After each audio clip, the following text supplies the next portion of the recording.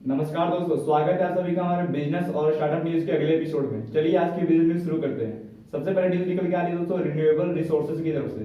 तो भाई union cabinet ministry ने ये अप्रूव कर दिया है कि अब जो लोग हैं जो रिन्यूएबल रिसोर्सेज पे काम कर रहे हैं उनको डीप सी मिशन के लिए अप्रूव कर दिया गया है। अब वहाँ पे लोग जो समुद्र है उसमें गहराई में जाकर के काम कर सकते हैं रिन्यूएबल रिसोर्सेज के लिए। और साथ ही साथ उन लोगों को न्यूट्रिशन पे बेस पे भी सब्सिडी दी गई है ताकि वो और अच्छे से काम कर सके।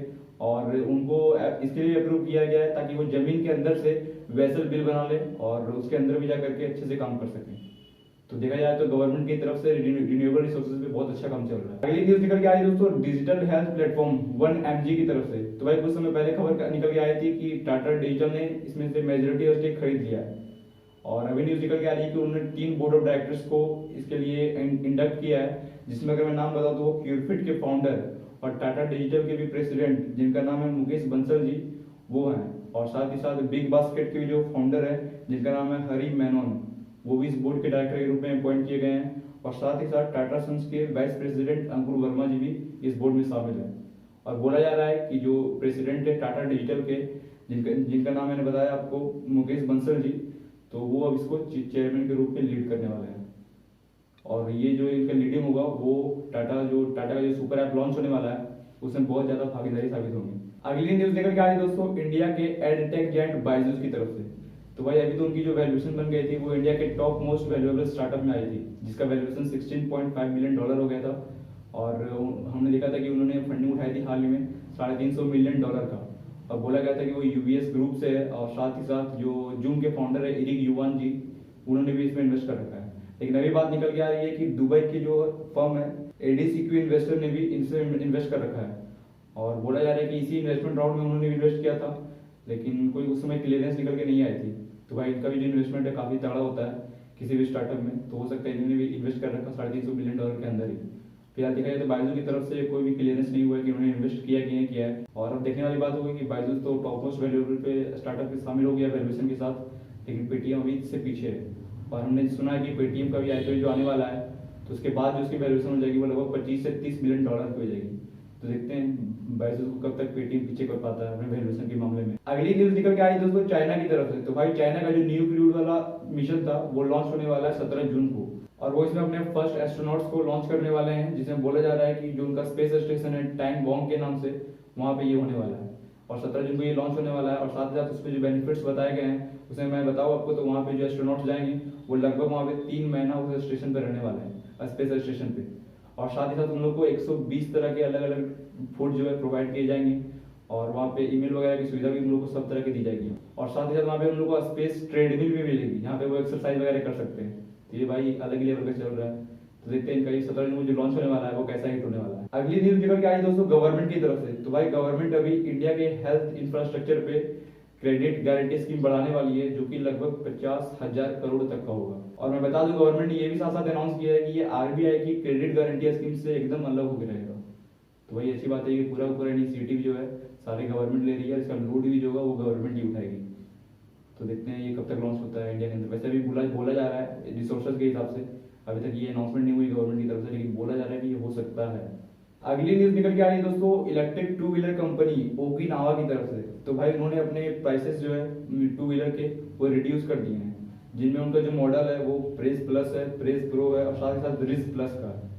उन्होंने मतलब लगभग सारे अपने इलेक्ट्रिक जो टू व्हीलर्स के मॉडल थे उनका प्राइसेस घटा दिया है लगभग 7,000 से 17,000 तक का। और उसी के बाद और भी जितने इलेक्ट्रिक व्हीकल्स कंपनी है हमारे, एथर हो गए, टीवीएस हो गए, एम्पेयर हो गए, उन्होंने भी अपने सारे मॉडल के प्राइसेस में रिवाइज किया है और सारे अपने प्राइसेस को लगभग थोड़ा बहुत घटाए हैं। तो अभी आपके लिए अच्छा मौका है अगर आपको इलेक्ट्रिक टू व्हीलर लेना है तो। अगली एक और बहुत अच्छी न्यूज निकल के आई दोस्तों हमारे इंडिया के प्रधानमंत्री श्री नरेंद्र मोदी जी की तरफ से। तो भाई वो अभी एक क्रैश कोर्स लॉन्च करने वाले हैं, जिसमें बोला जा रहा है कि वो स्किल अपस्किल दोनों पे ध्यान देंगे हमारे कोविड-19 वॉरियर्स के लिए। और ये जो क्रैश कोर्स है वो लॉन्च होने वाला है उनका 18 जून को। और बोला जा रहा है कि वो लगभग इस मिशन से 1 लाख कोविड-19 के वॉरियर्स को स्किल अप करेंगे।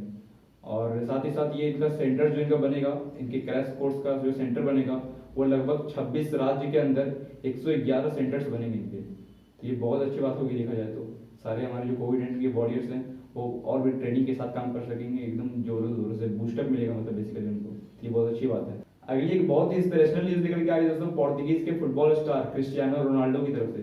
तो भाई उन्होंने भी एक प्रेस कॉन्फ्रेंस किया था जहाँ पे उनका जो मैच होने वाला है उसको लेकर, और उस मैच में दो बोटल्स बेसिकली रखे गए थे सामने उनके टेबल पे, जो कि बेसिकली प्रमोशन के लिए थे। कोको कोला का वो बोतल था, और रोनाल्डो जो है उन सारे दोनों बोतल को उठा के साइड में कर देते हैं, और साथ ही तुरंत एक बोतल उठाते हैं, वाटर बोतल, और वहां पे वो वर्ड अनाउंस करते हैं अगुआ, जो कि एक पोर्तुगीज मीनिंग है वाटर का। और वो इसलिए बोलते हैं ताकि लोगों को वो इंस्पायर कर सके, इंकरेज कर सके कि आप ये सब ना पियो और पानी पियो। और मैं बता दूं आपको कि इसके ये गेस्चर की वजह से कोको कोला को एक अच्छा खासा नुकसान देखने को मिला है, जहाँ पे उनके अगर हम स्टॉक प्राइसेस की बात करें तो उसमें लगभग लगभग 1.6% का डिप आया है, और $4 बिलियन का उनको लॉस भी हुआ है। तो भाई देखा जाए तो उन्होंने प्रमोशन करने के लिए रखा था कि उसका कोको कोला ब्रांड का प्रमोशन होगा, और उनको उल्टा लॉस हो गया इसके कारण, क्योंकि हमारे फुटबॉल स्टार जो क्रिस्टियानो रोनाल्डो जी हैं उन्होंने दोनों कोको कोला के बोतल को साइड कर दिया। तो ये छोटे से गेस्टर, एक जो फुटबॉल स्टार है उनके छोटे से गेस्टर से कंपनी के प्रॉफिट या मार्जिन पे या रेवेन्यू पे या ये जनरेशन पे इतना ज्यादा इम्पैक्ट पड़ता है। अगली न्यूज निकल के आई दोस्तों फिनटेक स्टार्टअप फैम पे की तरफ से। तो भाई उन्होंने अपनी सीरीज ए राउंड में फंडिंग उठा ली है लगभग $38 मिलियन की, और बोला जा रहा है कि इस जो पूरे फंडिंग है उनको लेड कर रहे हैं एलिवेशन कैपिटल। अगली न्यूज निकल के आई दोस्तों B2B ई कॉमर्स प्लेटफॉर्म उड़ान की तरफ से। तो उन्होंने भाई लगभग 12 से 18 महीने में 4000 करोड़ तक का इन्वेस्टमेंट कर दिया है, और उन्होंने ये इन्वेस्टमेंट किया ताकि वो फाइनेंशियल ईयर 2022 जब कंप्लीट होगा तो वो लगभग 100% की ग्रोथ रेट से बढ़े। और उन्होंने ये जो इन्वेस्टमेंट किया अपनी कंपनी के अंदर, वो देखा जा रहा है कि टेक्नोलॉजी पे और साथ ही साथ उनकी सप्लाई चेन पे और भी उनके जो अदर अदर एरियाज थे सारे को मिला करके। तो ये बहुत अच्छी बात है कि कंपनी अपने में इन्वेस्ट कर रही है इतना ज़्यादा, और देखते आने वाले टाइम में जब फाइनेंशियल ईयर 2022 आएगा तो इनका जो रेवेन्यू और ग्रोथ है वो कहाँ तक पहुंचता है। अगली न्यूज निकल के आ रही है दोस्तों जॉब्स एंड नेटवर्किंग प्लेटफॉर्म अपना की तरफ से। तो भाई उन्होंने भी फंड रेज कर लिया अपनी सीरीज बी राउंड में $17 मिलियन का, और बोला जा रहा है कि उसके बाद उसका वैल्यूएशन बन गया है वो लगभग $570 मिलियन का बन चुका है। तो मैं बता दूं आपको ये जॉब हायरिंग से रिलेटेड है। न्यूज निकल के आई दोस्तों टिम बर्नर्स ली की तरफ से, जिन्होंने बेसिकली वर्ल्ड वाइड वेब जो है उसका सोर्स कोड लिखा था। तो उन्होंने इस सोर्स कोड को NFT के द्वारा बेच दिया है। और NFT क्या है, ये कैसे काम करता है, थोड़ा बताने की कोशिश करूं मैं आपको।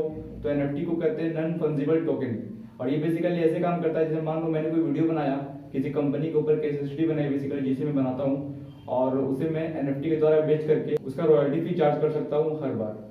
तो इस तरह से भी जो NFT में इन्वेस्टमेंट होता है वो काफी अभी बढ़ रहा है, बूम आया हुआ है बेसिकली। और अभी तो लोग कंपेयर करने लग गए हैं कि वो स्टॉक मार्केट में इन्वेस्ट करें, या फिर बिटकॉइन में, या फिर क्रिप्टो करेंसी में इन्वेस्ट करें, या फिर बेसिकली NFT में इन्वेस्ट करें। तो NFT का बूम भी काफी ज्यादा है इंडिया और आउट ऑफ इंडिया भी। अगली न्यूज निकल के आ रही है दोस्तों लैरिसन एंड टॉब्रो इन्फोटेक की तरफ से। तो भाई उन्होंने भी एक्विजिशन की है एक Pune based digital engineering firm जिसका नाम है क्यूलॉजिक टेक्नोलॉजीज, और उन्होंने अमाउंट तो बेसिकली डिस्क्लोज नहीं किया है कि कितने में उन्होंने एक्विजिशन की है इसकी, लेकिन बोला जा रहा है कि इससे वो अपनी बिजनेस को और एक्सपेंड करने वाले हैं। अगली न्यूज निकल के आई दोस्तों वेंचर कैपिटल फर्म अस्टेलरीज की तरफ से। तो भाई वो अभी अपना सेकंड राउंड का फंडिंग क्लियर करने वाले हैं, जो कि लगभग होगा $220 मिलियन का। और अस्टेलरीज जो है दोस्तों वो खुद एक वेंचर कैपिटल फर्म है जो कि बेसिकली स्टार्टअप्स वगैरह में इन्वेस्ट करती है। और मैं बता दूं आपको कि इन्होंने व्हाटफिक्स जैसे स्टार्टअप जो कि एक साथ स्टार्टअप है उसमें इन्होंने इन्वेस्ट कर रखा है, और साथ ही जो ममा अर्थ करके कंपनी है उसमें भी इन्होंने इन्वेस्ट कर रखा है। और अगर मैं बात करूँ इसके टोटल जो इन्होंने इन्वेस्ट कर रखा है उसकी वर्थ की, तो वो उसका जो वर्थ है वो है लगभग $150 मिलियन का। और अभी ये खुद फंड रेज कर रहे हैं लगभग $220 मिलियन का अपने सेकेंड राउंड के फंडिंग में। तो ठीक है, आज की बिजनेस न्यूज हमारी यहीं पे खत्म होती है। उम्मीद करता हूँ ये कंटेंट आपको इंसाइटफुल लगा होगा, और अगर आपको ये कंटेंट पसंद आता है तो आप इसको लाइक कीजिए और साथ ही साथ ज्यादा से ज्यादा लोगों तक शेयर कीजिए। मिलते हैं अगले वीडियो में, तब तक के लिए आप सभी खुश रहिए, संतुष्ट रहिए, तंदुरुस्त रहिए। गुड बाय, जय हिंद।